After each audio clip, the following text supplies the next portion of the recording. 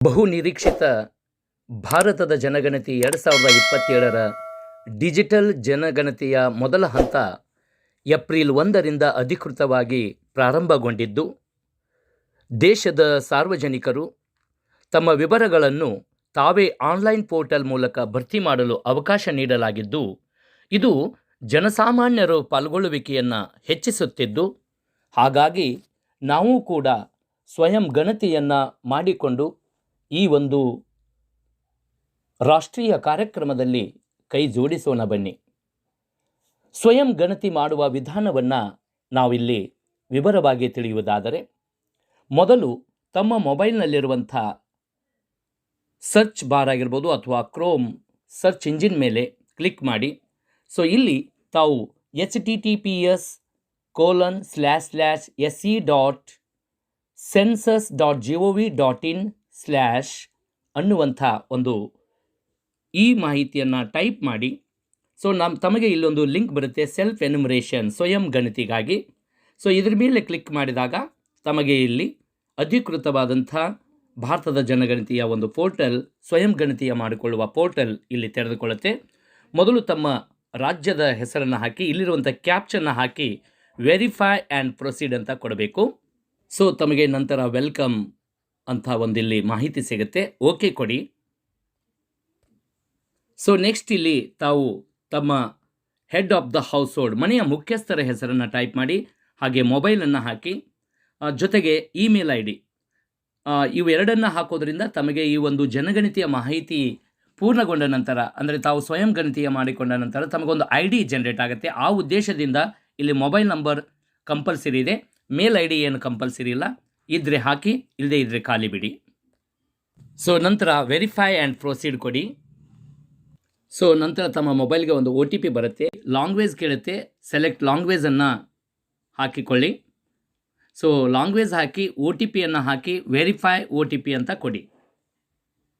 Next ಇಲ್ಲಿ ತಮ್ಮ ಜಿಲ್ಲೆಯನ್ನು ಹಾಕಿ, ಹಾಗೆ ತಮ್ಮ ಗ್ರಾಮ ಅಥವಾ ನಗರದ ಪಿನ್ ಕೋಡನ್ನು ಹಾಕಿ, ತಾವು ವಾಸಿಸುವಂಥ ಪ್ರದೇಶದ ಪಿನ್ ಕೋಡನ್ನು ಹಾಕಿ.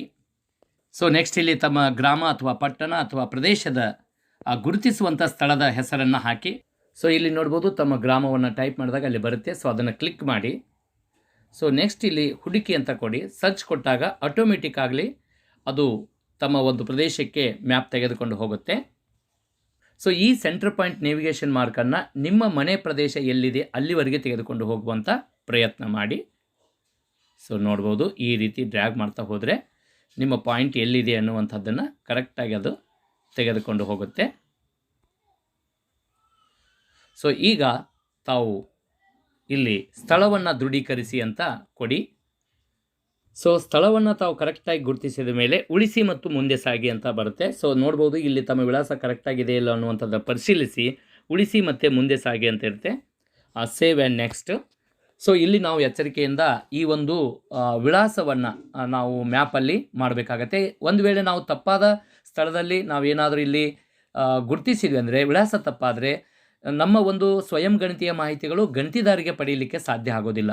ಹಾಗಾಗಿ ಕರೆಕ್ಟಾಗಿ ತಮ್ಮ ಒಂದು ಪ್ರದೇಶದಲ್ಲಿ ತಾವು ದೃಢೀಕರಣ ಮಾಡಿದ್ದು ಸ್ಪಷ್ಟಪಡಿಸಿಕೊಂಡು ನೆಕ್ಸ್ಟ್ ಕೊಡಿ. ಹೌದು ಅಂತ ನಾನು ನೆಕ್ಸ್ಟ್ ಕೊಡ್ತಾ ಇದ್ದೀನಿ. ನೆಕ್ಸ್ಟ್ ಇಲ್ಲಿ ಸ್ಟೆಪ್ 2ದಲ್ಲಿ ನಮಗೆ ಇಲ್ಲೊಂದಿಷ್ಟು ಮಾಹಿತಿಗಳನ್ನು ಕೇಳ್ತಾರೆ. ಈ ಪ್ರಶ್ನೆಗಳಿಗೆ ಸರಿಯಾಗಿ ತಾವು ಓದಿಕೊಂಡು ಇಲ್ಲಿ ಕರೆಕ್ಟಾಗಿ ಇರುವಂಥ ಒಂದು ಮಾಹಿತಿಗೆ, ಉದಾಹರಣೆಗೆ ಒಂದು ಜನಗಣತಿ ಮನೆಯ ನೆಲಕ್ಕೆ ಪ್ರಧಾನವಾಗಿ ಬಳಸಲಾಗಿರುವ ನಿರ್ಮಾಣ ಸಾಮಗ್ರಿ, ಅಂದರೆ ನಿಮ್ಮ ಮನೆಯ ನೆಲಕ್ಕೆ ಬಳಸಲಾಗಿರುವಂಥ ನಿರ್ಮಾಣ ಸಾಮಗ್ರಿ ಯಾವುದಿದೆ ಇದರಲ್ಲಿ ಚೂಸ್ ಮಾಡಿ ತಾವಿಲ್ಲಿ ಜಸ್ಟ್ ಈ ರೀತಿ ಕ್ಲಿಕ್ ಮಾಡಿದ್ರೆ ಸಾಕು, ಅದು ಮಾಹಿತಿಯನ್ನು ತೆಗೆದುಕೊಳ್ಳುತ್ತೆ. ಈ ರೀತಿ ಇಲ್ಲಿರುವಂಥ ಪ್ರಶ್ನೆಗಳೆಲ್ಲವಕ್ಕೂ ಉತ್ತರಿಸಿ ಮತ್ತೆ ನೆಕ್ಸ್ಟ್ ಕೊಡಬೇಕಾಗತ್ತೆ. ನೀವು ಎಲ್ಲ ಪ್ರಶ್ನೆಗಳು ಉತ್ತರಿಸಿದ ಮೇಲೆ ಇಲ್ಲಿ ಉಳಿಸಿ ಮತ್ತು ಮುಂದೆ ಸಾಗಿ ಸೇವ್ ಆ್ಯಂಡ್ ನೆಕ್ಸ್ಟ್ ಬರುತ್ತೆ, ಕೊಡಿ. ಎಲ್ಲವನ್ನು ಖಚಿತಪಡಿಸಿಕೊಂಡು ನೆಕ್ಸ್ಟ್ ಮುಂದೆ ಹೋಗಿ. ಮತ್ತು ಇಲ್ಲಿ ಸ್ಟೆಪ್ 3ದಲ್ಲಿ ತಮಗೆ ಮತ್ತಷ್ಟು ಪ್ರಶ್ನೆಗಳನ್ನು ಕೇಳ್ತಾರೆ. ಕುಟುಂಬಕ್ಕೆ ಸಂಬಂಧಿಸಿದ ಮಾಹಿತಿ ಇರುತ್ತೆ. ಇವುಗಳನ್ನು ಕೂಡ ಕುಟುಂಬದಲ್ಲಿ ಸಾಮಾನ್ಯವಾಗಿ ವಾಸಿಸುತ್ತಿರುವಂಥ ವ್ಯಕ್ತಿಗಳ ಒಟ್ಟು ಸಂಖ್ಯೆ, ನಿಮ್ಮ ಕುಟುಂಬದಲ್ಲಿ ಎಷ್ಟು ಜನ ವಾಸ ಮಾಡ್ತಾ ಇದ್ದೀರಿ ಸಂಖ್ಯೆ ಹಾಕಿ. ಹಾಗೆ ಕುಟುಂಬದ ಮುಖ್ಯಸ್ಥರ ಹೆಸರು ಈಗ ಆಲ್ರೆಡಿ ಬಂದಿರುತ್ತೆ. ಹಾಗೆ ಕುಟುಂಬದ ಮುಖ್ಯಸ್ಥರ ಭಾಷೆಯನ್ನು ಆಯ್ಕೆ ಮಾಡ್ಕೋಬೋದು. ಜೊತೆಗೆ ಲಿಂಗ, ಆಮೇಲೆ ತಾವು ಪರಿಶಿಷ್ಟ ಜಾತಿ, ಪರಿಶಿಷ್ಟ ಪಂಗಡ ಅಥವಾ ಇತರೆ ಜಾತಿಗೆ ಸೇರಿದ್ದಾದಲ್ಲಿ ಇಲ್ಲಿಯೂ ಕೂಡ ಅದಕ್ಕೆ ಅವಕಾಶ ಇದೆ, ತಾವು ಕ್ಲಿಕ್ ಮಾಡ್ಬೋದು. ಹಾಗೆ ಮನೆಯ ಮಾಲೀಕತ್ವದ ಬಗ್ಗೆ, ವಾಸದ ಕೊಠಡಿಗಳ ಸಂಖ್ಯೆಯನ್ನು, ನಿಮ್ಮ ಮನೆಯಲ್ಲಿ ಎಷ್ಟು ವಾಸಕ್ಕೆ ಬಳಸುವಂಥ ಕೊಠಡಿಗಳಿದ್ದಾವೆ ಅನ್ನುವಂಥದ್ದನ್ನು ಹಾಕಬೇಕಾಗತ್ತೆ. ಹಾಗೆ ಕುಟುಂಬದಲ್ಲಿ ವಾಸಿಸುತ್ತಿರುವ ವಿವಾಹಿತ ದಂಪತಿಗಳ ಸಂಖ್ಯೆಯನ್ನು ಹಾಕಬೇಕಾಗತ್ತೆ. ಸೊ ಇವೆಲ್ಲವುಗಳ ಮಾಹಿತಿಯನ್ನು ಹಾಕಿ ಮತ್ತೆ ಸೇವ್ ಆ್ಯಂಡ್ ನೆಕ್ಸ್ಟ್ ಕೊಡಬೇಕಾಗತ್ತೆ. ಮತ್ತೆ 3ನೇ ಸ್ಟೆಪ್ಪನ್ನು ಕಂಪ್ಲೀಟ್ ಮಾಡಿದ ಮೇಲೆ ಮುಂದುವರಿಯಲು ನೀವು ಖಚಿತವಾಗಿ ಬಯಸಿರ ಅಂದಾಗ ಮತ್ತೆ ಹೌದು ಅಂತ ಕೊಟ್ಟು ಕ್ಲಿಕ್ ಮಾಡಬೇಕು. ಸೊ ಮತ್ತೆ ಸ್ಟೆಪ್ 4ಅಲ್ಲಿ ಕುಟುಂಬಕ್ಕೆ ಲಭ್ಯವಿರುವಂಥ ಸೌಲಭ್ಯಗಳನ್ನು ಕೇಳುತ್ತೆ. ಇಲ್ಲಿ ಕುಡಿಯುವ ನೀರಿನ ಪ್ರಧಾನ ಮೂಲ, ಕುಡಿಯುವ ನೀರಿನ ಮೂಲದ ಲಭ್ಯತೆ, ಬೆಳಕಿನ ಪ್ರಧಾನ ಮೂಲ, ಶೌಚಾಲಯದ ಲಭ್ಯತೆ, ಶೌಚಾಲಯದ ವಿಧ ಇದೆ ಅನ್ನುವಂಥದ್ದನ್ನು ನೋಡ್ಬೋದು. ಇಲ್ಲಿ ಫ್ಲಶ್ ನೀರು ಹಾಕುವ ಶೌಚಾಲಯಗಳನ್ನು ಸಂಪರ್ಕಿಸೋದು, ಅವಳಿಗುಂಡಿ ಶೌಚಾಲಯ, ಏಕಗುಂಡಿ ಶೌಚಾಲಯ, ಸೇವಾ ಶೌಚಾಲಯ, ಹಾಗೆ ತ್ಯಾಜ್ಯ ನೀರನ್ನು ಹೊರಸಾಗಿಸಲು ಮಾಡಿರುವಂಥ ವ್ಯವಸ್ಥೆ, ಆವರಣದ ಒಳಗೆ ಸ್ನಾನದ ಗೃಹದ ಲಭ್ಯತೆ, ಅಡುಗೆ ಮನೆಯಲ್ಲಿ ಅಡುಗೆ ಮಾಡುವಂಥ ಬಳಸಲಿಕ್ಕೆ ಇರುವಂಥ ಇಂಧನದ ಬಳಕೆ ಬಗ್ಗೆ, ಸೊ ಮನೆಯ ಒಳಗೆ ಅಡುಗೆ ಆದರೆ ಅಡುಗೆ ಮನೆಯಲ್ಲಿ ಇಲ್ಲ ಅನ್ನುವಂಥ, ಹೀಗೆ ಪ್ರತಿಯೊಂದು ಪ್ರಶ್ನೆಯನ್ನು ಅರ್ಥೈಸಿಕೊಂಡು ತಾವು ಇಲ್ಲಿ ಮಾಹಿತಿಯನ್ನು ನೀಡಬೇಕಾಗತ್ತೆ. ಸೊ ಇದೆಲ್ಲ ಮಾಹಿತಿಯನ್ನು ಭರ್ತಿ ಮಾಡಿದ ಮೇಲೆ ಮತ್ತೆ ಸೇವ್ ಆ್ಯಂಡ್ ನೆಕ್ಸ್ಟ್ ಕೊಡಬೇಕಾಗತ್ತೆ. ಸೊ ಮತ್ತೊಮ್ಮೆ ತಾವು ಸೇವ್ ಆ್ಯಂಡ್ ನೆಕ್ಸ್ಟ್ ಕೊಟ್ಟ ಮೇಲೆ ಮತ್ತೆ ಈ ಒಂದು ಸ್ಟೆಪ್ 4ಗೆ ಸಂಬಂಧಿಸಿದಂತೆ ಮಾಹಿತಿಯನ್ನು ಮುಂದುವರಿಯಲು ನೀವು ಖಚಿತವಾಗಿ ಬಯಸಿವರ ಅಂತ ಕೇಳುತ್ತೆ. ಸೊ ನೆಕ್ಸ್ಟ್ ಹೌದು ಅಂತ ಕೊಟ್ಟು ನೆಕ್ಸ್ಟ್ ಮುಂದಿನ ಪ್ರಶ್ನೆಗೆ ಸ್ಟೆಪ್ 5ಗೆ ಹೋದಾಗ ಇಲ್ಲಿ ಕುಟುಂಬ ಹೊಂದಿರುವಂಥ ಸ್ವತ್ತುಗಳ ಬಗ್ಗೆ ಮಾಹಿತಿಯನ್ನು ಕೇಳುತ್ತೆ. ರೇಡಿಯೋ, ಟ್ರಾನ್ಸಿಸ್ಟರ್, ಟೆಲಿವಿಷನ್, ಹಾಗೆ ಇಂಟರ್ನೆಟ್ ಸಂಪರ್ಕ, laptop, computer, telephone, mobile phone, smart phone, ಹಾಗೆ bicycle, scooter, motorcycle, moped, car, jeep, van, ಹಾಗೆ ಕುಟುಂಬದಲ್ಲಿ ಸೇವನೆಗೆ ಬಳಸುವಂಥ ಪ್ರಮುಖ ಧಾನ್ಯ, ಅಂದರೆ ನಾವು ಆಹಾರ ಪದ್ಧತಿಯ ಬಗ್ಗೆ, ನಾವು ಯಾವ ಆಹಾರವನ್ನು ಹೆಚ್ಚು ಸೇವನೆ ಮಾಡ್ತೀವಿ ಆ ಮಾಹಿತಿಯನ್ನು ಇಲ್ಲಿ ಹಾಕಿ. ಸೊ ಇಲ್ಲಿ ನೆಕ್ಸ್ಟ್ ಮೊಬೈಲ್ ನಂಬರ್ ಆಲ್ರೆಡಿ ಇರುತ್ತೆ. ನೆಕ್ಸ್ಟ್ ಸೇವ್ ಆ್ಯಂಡ್ ನೆಕ್ಸ್ಟ್ ಕೊಡಬೇಕಾಗತ್ತೆ. ಇದೆಲ್ಲ ಮಾಹಿತಿ ಭರ್ತಿ ಮಾಡಿ. ಸೊ ಮತ್ತೆ ನಾವು ಈ ಒಂದು ಸ್ಟೆಪ್ ಮುಗಿದ ತಕ್ಷಣ ಮತ್ತೆ ಎಸ್ ಅಂತ ಕೊಟ್ಟು ಸ್ಟೆಪ್ 5 ಆದಮೇಲೆ ಸ್ಟೆಪ್ 6ಅಲ್ಲಿ ಪೂರ್ತಿಯಾಗಿ ಇದುವರೆಗೂ ತಾವು ಸಲ್ಲಿಸಿರುವಂಥ ಮಾಹಿತಿಯನ್ನು ಪರಿಶೀಲನೆ ಮಾಡಲಿಕ್ಕೆ ಇಲ್ಲಿ ನಮಗೆ ಅವಕಾಶ ಕೊಡುತ್ತೆ. ಮತ್ತು ಏನಾದರೂ ತಪ್ಪಾಗಿದ್ದರೆ ತಾವು ತಿದ್ದುಪಡಿ ಮಾಡಲಿಕ್ಕೂ ಕೂಡ ಇಲ್ಲಿ ತಿದ್ದುಪಡಿಗಾಗಿ ಹಿಂತಿರುಗಿ ಅಂತ ಇದೆ, ಅಲ್ಲಿ ತಿದ್ದುಪಡಿ ಮಾಡ್ಬೋದು.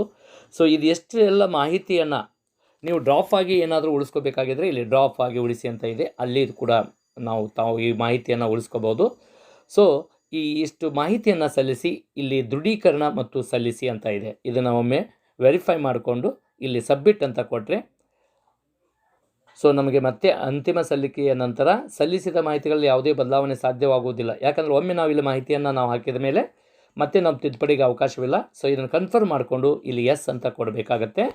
ಸೊ ಕೊಟ್ಟಾದ ಮೇಲೆ ತಮಗೆ ಒಂದು ಮೊಬೈಲಿಗೆ ನಿಮ್ಮ ಸ್ವಯಂ ಗಣತಿ ಐ ಡಿ ಬರುತ್ತೆ. ಸೊ ಈ ಐ ಡಿಯನ್ನು ನೋಟ್ ಮಾಡಿ ಇಟ್ಕೊಳ್ಳಿ. ಹಾಗೆ ತಮ್ಮ ಕುಟುಂಬದ ಇತರೆ ಸದಸ್ಯರಿಗೂ ಕೂಡ ನಾನು ಸ್ವಯಂ ಗಣತಿಯನ್ನು ಮಾಡಿಕೊಂಡಿದ್ದು ಈ ಐ ಡಿ ಇದೆ, ನಾನು ಇಲ್ಲದ ಸಮಯದಲ್ಲಿ ಏನಾದರೂ ಗಣತಿದಾರರು ಅಂದರೆ ಏಪ್ರಿಲ್ 16ರಿಂದ ಮೇ 15 ಒಳಗಡೆ ನಮ್ಮ ಮನೆಗೆ ಗಣತಿದಾರರು ಬಂದಾಗ ಅವರಿಗೆ ಈ ಒಂದು ಐ ಡಿಯನ್ನು ಕೊಟ್ಟು ನಮ್ಮ ಗಣತಿ ಕಾರ್ಯವನ್ನು ಅಂದರೆ ಸ್ವಯಂ ಗಣತಿಯನ್ನು ದೃಢೀಕರಣ ಮಾಡಬೇಕಂತ ತಾವು ವಿನಂತಿ ಮಾಡಬೇಕಾಗತ್ತೆ. ಸೊ ಈ ರೀತಿಯಾಗಿ ನಾವು ಸುಲಭವಾಗಿ ಸ್ವಯಂ ಗಣತಿಯನ್ನು ಮಾಡಿಕೊಳ್ಳುವ ಮೂಲಕ ನಮ್ಮ ಒಂದು ಜನಗಣತಿ ಕಾರ್ಯಕ್ಕೆ ನಾವು ಕೂಡ ಕೈ ಜೋಡಿಸೋಣ.